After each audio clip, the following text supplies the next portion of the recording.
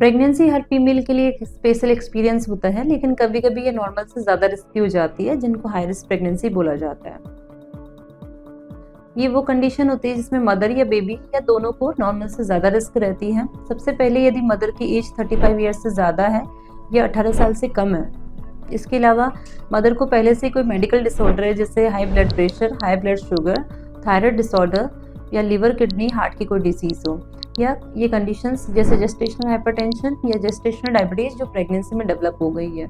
इसके अलावा बच्चे की बात करें तो यदि अंदर बच्चे का वेट कम चल रहा है या ग्रोथ कम है या बच्चे के आसपास फ्लूइड की डेफिशिएंसी हो गई है, तो ये हाई रिस्क प्रेगनेंसी होता है। या प्रेगनेंसी रिलेटेड इशू जैसे प्लेसेंटा प्रीविया यानी लो लाइन प्लेसेंटा होना, मल्टीफिटल प्रेगनेंसीज है या प्रेशियस प्रेगनेंसी जिनको IVF या IUI कंसीव्ड प्रेगनेंसीज कहा जाता है, वो भी इस कैटेगरी में आ जाती है। इसके अलावा यदि मदर को पहले मल्टीपल अबॉर्शंस की हिस्ट्री है, प्रीटर्म डिलीवरीज की हिस्ट्री है या पहले स्टिल बॉर्न हो रखा है, तो उनको भी हम हाई रिस्क प्रेगनेंसीज में इंक्लूड करते हैं। तो उनका मतलब ये नहीं होता है कि हमेशा गलती होगा, बट हाई रिस्क प्रेगनेंसीज में स्पेशल केयर की ज़रूरत होती है, साथ ही ज़्यादा सुपरविजन की ज़रूरत होती है।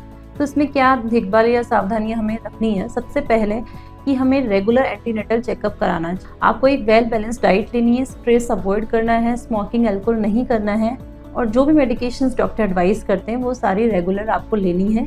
और अगर कोई आपको एबनॉर्मल सिम्टम्स फील हो, जैसे सिर में दर्द होना, सूजन होना या ब्लीडिंग होना, पेट में दर्द होना या मूवमेंट कम होना बच्चे की, तो आपको तुरंत अपने गायनेकोलॉजिस्ट से विजिट करना है। और साथ में आपकी डिलीवरी ऐसी जगह प्लान करनी है जहाँ पे ऑब्स्टेट्रिशियन, पीडियाट्रिशियन, NICU और ICU फैसिलिटी अवेलेबल है। Thank you.